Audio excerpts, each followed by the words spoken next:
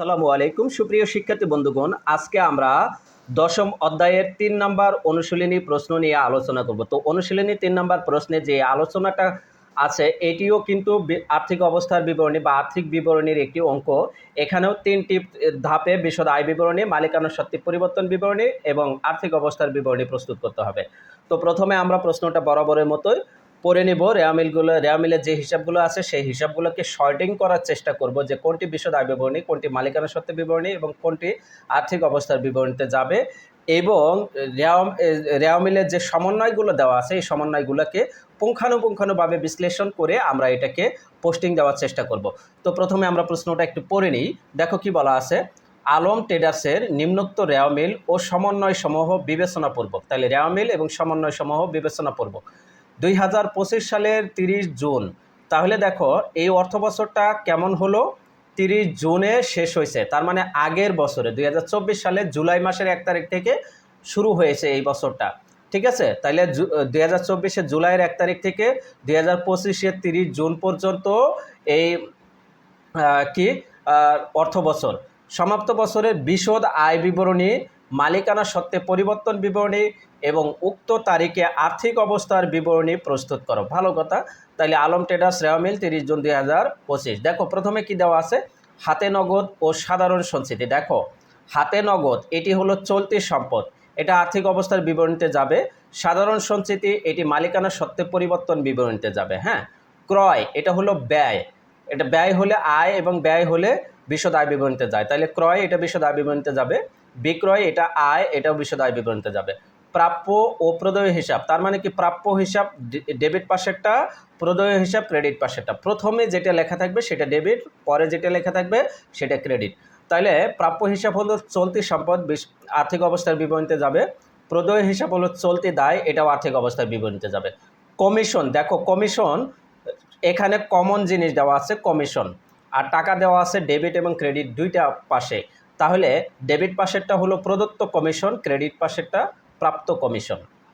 প্রদত্ত কমিশন এটা ব্যয়, বিশদ আয় বিবরণীতে যাবে অন্যান্য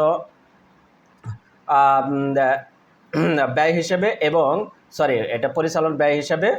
অপরদিকে প্রাপ্ত কমিশন এটা আয়, অন্যান্য আয় হিসেবে বিশদ আয় বিবরণীতে যাবে।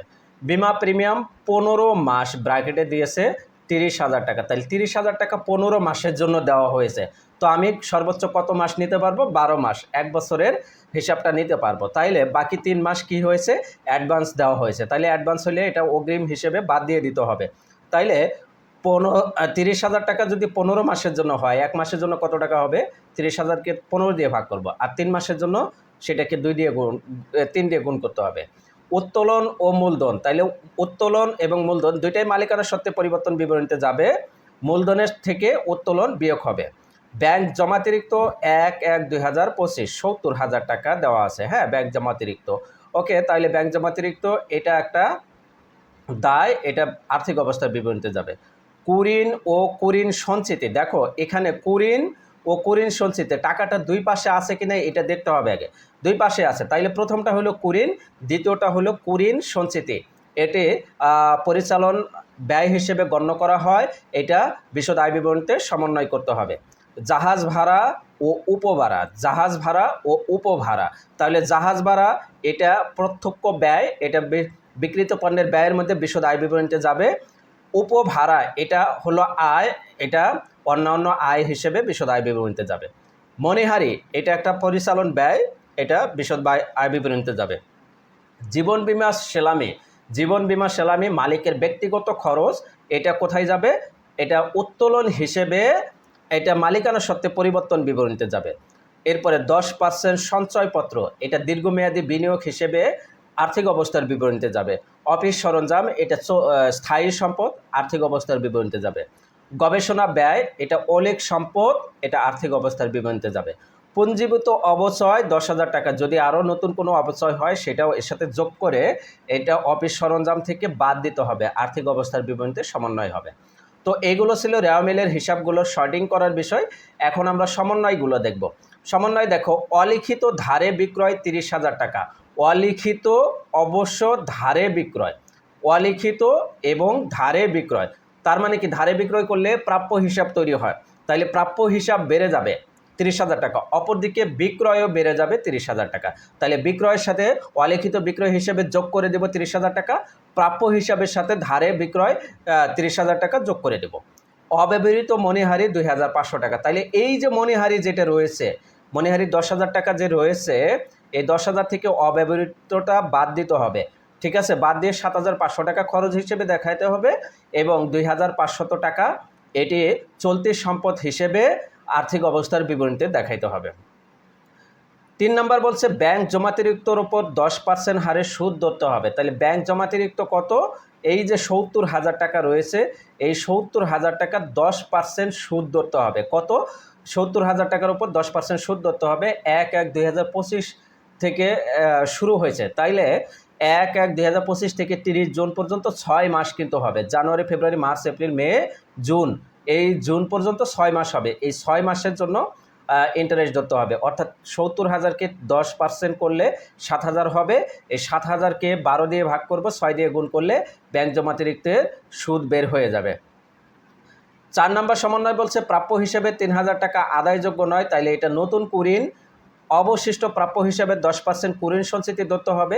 তাহলে এই 3,000 টাকা বাদ দেওয়ার পরে যে প্রাপ্য হিসাবটা থাকবে, ওই প্রাপ্য হিসাবের সাথে কিন্তু অবশ্যই 30,000ও যোগ হবে। হ্যাঁ, তাইলে যোগ করার পরে যেটা হবে সেটা থেকে 3,000 বাদ দেওয়ার পরে যেটা অবশিষ্ট থাকবে সেটার সাথে 10% কুঋণ সঞ্চিতি ধরতে হবে। ঠিক আছে। অবিকৃত পণ্যের পরিমাণ 35,000 টাকা। অবিকৃত পণ্যের পরিমাণ মানে সমাপনী মজুত পণ্য। তো সমাপনী মজুত পণ্য বিকৃত ব্যয়ের মধ্যে যায় বিশদ আয় বিবরণীতে, অপরদিকে এটি চলতি সম্পদ হিসেবে আর্থিক অবস্থার বিবরণীতেও যায়। তো এই ছিল সমন্বয়ের বিশ্লেষণ। এখন চলো আমরা বিশদ আয় বিবরণীতে পোস্টিং দিই। বিশদ আয় বিবরণীতে পোস্টিং দেওয়ার জন্য আলম ব্রাদার্সের বিশদ আয় বিবরণী 30 জুন 2025 সালের সমাপ্ত বছরের জন্য। আলম ব্রাদার্স নয়, সরি, আলম ট্রেডার্স। হ্যাঁ, তাহলে প্রথমে আমরা কি নেব? বিক্রয়। যেহেতু এটা পণ্য ক্রয় বিক্রয়কারী প্রতিষ্ঠান, প্রথমে আমরা কি নেব? বিক্রয় নিব। তাহলে বিক্রয় কত আছে? 4,20,000 টাকা। 4,20,000। এই বিক্রয়ের সাথে অলিখিত বিক্রয় যেটি রয়েছে 30,000 টাকা, সমন্বয়ে সেই 30,000 টাকা অলিখিত বিক্রয় যোগ করে দেব। তাহলে 4,20,000 আর 30,000 যোগ করলে কত হবে? 4,50,000। বাদ দিব বিক্রিত পণ্যের ব্যয়। বিক্রিত পণ্যের ব্যয়ের মধ্যে প্রথমে প্রারম্ভিক মজুত পণ্য নিব, তারপর ক্রয় নিব, তারপর অন্যান্য প্রত্যক্ষ ব্যয়গুলো নেব। তো প্রারম্ভিক মজুত পণ্য এই প্রশ্নে নেই, তাহলে আমরা ক্রয় নিব। ক্রয়ে আছে 2,50,000 টাকা সরাসরি। তো এখানে অলিখিত ক্রয় বা ফেরত কোনো কিছু নাই, তাইলে সরাসরি বসাই দেব। তারপরে প্রত্যক্ষ খরচ হিসেবে জাহাজ ভাড়া রয়েছে 23,000 টাকা, এটা বসাবো। তাহলে দুইটা যোগ করলে 2,73,000 টাকা হবে। এখান থেকে সমাপনী মজুত পণ্য 35,000 টাকা কোথায় আছে? সমন্বয়ে দেওয়া আছে। এই যে সমাপনী মজুত পণ্য 35,000 টাকা, যেটা অবিকৃত পণ্যের পরিমাণ সেটা। ঠিক আছে, এই 35,000 টাকা বাদ দেবো। তাহলে 2,73,000 থেকে 35,000 বাদ দিলে 2,38,000 হবে। এইবার 4,50,000 থেকে 2,38,000 বাদ দিলে 2,12,000 টাকা হবে মোট মুনাফা। ঠিক আছে, এখন মোট মুনাফা থেকে পরিচালন ব্যয় বাদ দিতে হবে। তাহলে পরিচালন ব্যয়ের মধ্যে প্রথমে প্রদত্ত কমিশন রয়েছে 10,000 টাকা, রেওয়া মিলে দেওয়া আছে, সরাসরি বসাই দেব। বিমা প্রিমিয়াম, দেখো বিমা প্রিমিয়াম রেওয়া মিলে কত দেওয়া আছে? 15 মাস। হ্যাঁ, 30,000 টাকা। তাইলে 3 মাসের অগ্রিম দেওয়া হয়েছে। তাহলে বিমা প্রিমিয়াম 30,000 টাকা বাদ অগ্রিমটা ক্যালকুলেশন করে দেবা। কিভাবে? 30,000 ভাগ 15 গুণন 3। ঠিক আছে, 30,000কে 15 দিয়ে ভাগ করবা, 3 দিয়ে গুণন করবা, 6,000 টাকা হবে। ঠিক আছে, তাহলে এই 6,000 টাকা অগ্রিম, এটা বাদ দিতে হবে। তাহলে 30,000 থেকে 6,000 বাদ দিলে কত হবে? 24,000 টাকা। এরপরে দেখো কুঋণ দেওয়া আছে। কুঋণ কত দেওয়া আছে? 3,000 টাকা। তো এই 3,000 টাকা এখানে কুঋণ হিসেবে লিখব। হ্যাঁ, লেখার পরে কি করব? এই যে নিচে সমন্বয় দেওয়া আছে 3,000 টাকা প্রাপ্য হিসেবে 3,000 টাকা আদায়যোগ্য নয়, এটা আবার নতুন কুঋণ। হ্যাঁ, তাইলে যোগ নতুন কুঋণ 3,000। তাইলে 3,000 আর 3,000 যোগ করলে কত হবে? 6,000। এই 6,000-এর সাথে বলছে কি অবশিষ্ট প্রাপ্য হিসেবে 10% কুঋণ সঞ্চিতি ধরতে হবে। তাহলে প্রাপ্য হিসাব কত হলো একটু দেখে নিই। প্রাপ্য হিসাব কোথায় আছে? এই যে প্রাপ্য হিসাব আছে 60,000। 60,000-এর সাথে এই যে অলিখিত ধারে বিক্রয় যে 30,000 রয়েছে এটাও যোগ হবে। তাহলে 60,000 আর 30,000 যোগ করলে কত হবে? 90,000। এই যে দেখো 60,000-এর সাথে ক্যালকুলেটরটা দেখো, 60,000-এর সাথে 30,000 যোগ করলাম, তাহলে কত হলো? 90,000। এই 90,000-এর মধ্যে 3,000 টাকা আদায়যোগ্য নয়, তার মানে নতুন কুঋণ। বলছে এই 3,000 টাকা আদায়যোগ্য নয় মানে কি, এটা কুরিন হিসেবে ধরতে হবে, নতুন কুরিন হিসেবে। বলছে এই 3,000 পরবর্তীতে অবশিষ্ট যেটা থাকবে সেটার উপর 10% কুরিন সঞ্চিতি ধরতে হবে। তাহলে 3,000 বাদ দিলে কত থাকলো? 87,000। এই 87,000-এর 10%, 10% কত হবে? দেখো 87,000-এর 10% হবে 8,700 টাকা। এটি নতুন কুরিন সঞ্চিতি হিসেবে এখানে কি করে দিতে হবে? যোগ করে দিতে হবে। তাহলে 6,000 আর 8,700 যোগ করলে কত হবে? 14,700। এই 14,700 থেকে পুরাতন কুরিন সঞ্চিতি কোনটা? রেওয়া মিলে যেটা দেওয়া আছে পুরাতন কুরিন সঞ্চিতি, যে 2,000 টাকা, এটা বাদ দিব। হ্যাঁ, এই 14,700 থেকে 2,000 টাকা পুরাতন কুরিন সঞ্চিতি বাদ দিলে 12,700 টাকা হয়। ঠিক আছে, এরপরে আসছে কি? মণিহারি। তো মণিহারি আছে 10,000, এর মধ্যে বলছে 2,500 টাকা কি আছে? অব্যবহৃত। তাহলে অব্যবহৃতটা বাদ দিতে হবে। মণিহারি 10,000 মাইনাস অব্যবহৃত 2,500 বাদ দিলে 7,500। তো এই কয়েকটাই পরিচালন ব্যয় ছিল। তো পরিচালন ব্যয় 10,000, 24,000, 12,700 আর 7,500 যোগ করলে 54,200 টাকা হয়। ঠিক আছে, এবার 2,12,000 থেকে 54,200 টাকা বাদ দিলে 1,57,800 টাকা হয়। এটি পরিচালন মুনাফা। এই পরিচালন মুনাফার সাথে অন্যান্য আয় যোগ করব এবং অন্যান্য ব্যয় বাদ দিব। ঠিক আছে, তাহলে অন্যান্য আয়ের মধ্যে কি কি রয়েছে দেখো। প্রথমে প্রাপ্ত কমিশন রয়েছে, তারপরে হলো কি রয়েছে? উপভাড়াও রয়েছে, তারপরে সঞ্চয়পত্রের সুদ দেওয়া রয়েছে। দেখো সঞ্চয়পত্রের সাথে পার্সেন্টেজ দেওয়া আছে, এখানে যে সুদ ধরতে হবে এটা রেওয়া মিলেও দেওয়া নাই, সমন্বয়ে দেওয়া নাই। তার মানে কি পার্সেন্টেজ দেওয়া থাকলে অটোমেটিকলি ওই পার্সেন্টেজ অনুযায়ী সুদ ধরতে হয়। ঠিক আছে, তাহলে 10% সঞ্চয়পত্রের সুদ যেটা কত হবে? 2,00,000-এর 10% হবে 20,000 টাকা। এই 20,000 টাকা সঞ্চয়পত্রের সুদ হিসেবে আয় ধরবো। ঠিক আছে, তাহলে প্রাপ্ত কমিশন 20,000 টাকা, তারপরে সঞ্চয়পত্রের অনাদায়ী সুদ, এই সুদটা কিন্তু এখন আদায় হয় না, আদায় হলে রেওয়া মিলে লেখা থাকতো। ঠিক আছে, এই জন্য অনাদায়ী লেখা হয়েছে। কত হবে? এটা কিভাবে হবে? 2,00,000-এর 10%, 2,00,000-এর 10% কত হবে? 20,000 টাকা। উপভাড়া 18,000 টাকা, এই তিনটা যোগ করলে 58,000 টাকা। 1,57,800-র সাথে 58,000 যোগ করলে 2,15,800 টাকা হয়। এখান থেকে অন্যান্য ব্যয় বাদ দেব। অন্যান্য ব্যয়ের মধ্যে কি কি রয়েছে? শুধুমাত্র ব্যাংক জমাতিরিক্তের যে সুদ দেওয়া রয়েছে সেইটা। ব্যাংক জমাতিরিক্ত সুদ কত? 10%। ঠিক আছে, এই কত? 70,000-এ। তো আমরা অঙ্ক করতেছি কত সালে? 30 জুন পর্যন্ত। তাইলে আমার ঋণটা নেওয়া হয়েছে 1 জানুয়ারি, জানুয়ারি থেকে জুন পর্যন্ত কত হবে? 6 মাস হবে। তাইলে এটাকে কিভাবে ক্যালকুলেশন করব? দেখো ক্যালকুলেশনটা খুব সহজ। 70,000-এর 10% আগে করবা, 70,000-এর 10% করবা, করার পরে এটাকে কি করবা? এটা ভাগ দিবা হলো 12 দিয়ে, গুণ করবা হলো 6 দিয়ে। ঠিক আছে, তাহলে ভাগ দিবা 12 দিয়ে, গুণ করবা 6 দিয়ে। এটা ক্যালকুলেশনটা আমি দেখাই দিই তোমাদেরকে। ঠিক আছে, ক্যালকুলেশনটা দেখাই দিই তোমাদের। দেখো 70,000 টাকা তুমি ঋণ নিয়েছো, এটার তোমার ইয়া ধরতে হবে কত? 10%, তাই না? তাহলে 70,000-এর 10% কত হলো? 7,000 টাকা। এই 7,000 টাকা তো 1 বছরের জন্য, কিন্তু আমার কয় মাসে ধরতে হবে? 6 মাসে। তাইলে 7,000-কে 12 দিয়ে ভাগ করব, তারপর 6 দিয়ে গুণ করব, করলে কত হবে? 3,500 টাকা। তাইলে এই 3,500 টাকা ব্যাংক জমাতিরিক্তের প্রদেয় সুদ হিসেবে এখানে লিখে ফেলবো। ঠিক আছে, 3,500 টাকা প্রদেয় সুদ হিসেবে লিখে ফেলবো। তাইলে এই অন্যান্য ব্যয় একটাই ছিল। তাইলে 2,15,800 থেকে 3,500 বাদ দিলে 2,12,300 টাকা, এটি নেট মুনাফা। ঠিক আছে, এই গেল বিশদ আয় বিবরণীর অ্যান্সার। এরপর আসো মালিকানা সত্ত্বে পরিবর্তন বিবরণী। তাহলে আলম ট্রেডার্সের মালিকানা সত্ত্বে পরিবর্তন বিবরণী 30 জুন 2025 সালে সমাপ্ত বছরের জন্য। প্রথমে আমরা মূলধন নিব 5,30,000 টাকা, প্রশ্নেই দেওয়া আছে। হ্যাঁ, রেওয়া মিলে দেওয়া আছে। কোথায় মূলধন? কোথায় মূলধন? মূলধন কোথায়? এই যে উত্তোলন মূলধন। দেখো 5,30,000 টাকা মূলধন দেওয়া আছে।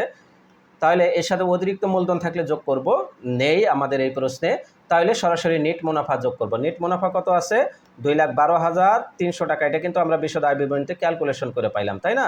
তাহলে 2,12,300 টাকা আমরা যোগ করব। যোগ করলে 7,42,300 টাকা হবে। এখান থেকে বাদ দিব উত্তোলন। উত্তোলনের মধ্যে দেখো নগদে উত্তোলন আছে কত? 25,000, আর জীবন বীমা প্রিমিয়াম আছে 21,000। তাহলে এই দুইটা বাদ দিব। ঠিক আছে, এই জীবন বীমা প্রিমিয়ামটা উত্তোলন হিসেবে বাদ দিতে হয়। তাহলে নগদ 25,000 আর জীবন বীমা প্রিমিয়াম 21,000। দুইটা যোগ করলে কত হবে 46,000। তাইলে 7,42,300 থেকে 46,000 বাদ দিলে 6,96,300 টাকা হবে। এর সাথে সাধারণ সঞ্চিতি যেটা রয়েছে, সাধারণ সঞ্চিতি কোথায় দেওয়া আছে, একদম প্রথমে 90,000 এটা যোগ করে দেব। হ্যাঁ, তাহলে সাধারণ সঞ্চিতি যোগ করলে 7,86,300 টাকা হয়। এটি হলো মালিকানা সত্ত্বে সমাপনী উদ্বৃত্ত। ঠিক আছে, তাহলে মালিকানা সত্ত্বে পরিবর্তন বিবরণী গেল। এবার আলম ট্রেডার্সের আর্থিক অবস্থার বিবরণী করব 30 জুন 2025 সালে। এখানে কিন্তু সমাপ্ত বছরে লেখা যাবে না। হ্যাঁ, তাইলে প্রথমে আমরা স্থায়ী সম্পদ নিব। অফিস সরঞ্জাম দেওয়া ছিল 2 লাখ টাকা লিখে নিব আমরা। আচ্ছা, এখানে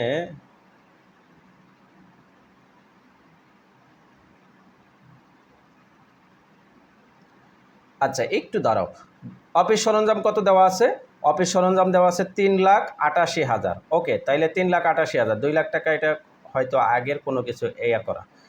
ঠিক আছে, অফিস সরঞ্জাম 3,88,000 লিখবো। এখান থেকে পুঞ্জীভূত অবস্থায় যেটা রয়েছে 10,000 টাকা, এটা বাদ দিব। হ্যাঁ, তাহলে 3,88,000 থেকে 10,000 বাদ দিলে 3,78,000 টাকা হবে। ওকে, তাইলে স্থায়ী সম্পদে একটাই রয়েছে, অফিস সরঞ্জামে রয়েছে। এরপর দীর্ঘমেয়াদী বিনিয়োগে 10% সঞ্চয়পত্র রয়েছে 2 লাখ টাকা, এটা সরাসরি রেওয়ামিল থেকে আসছে, এটা বসাই দিব। চলতি সম্পদে আছে হাতে নগদ আছে 1 লাখ টাকা, এটা বসাই দিব এখানে।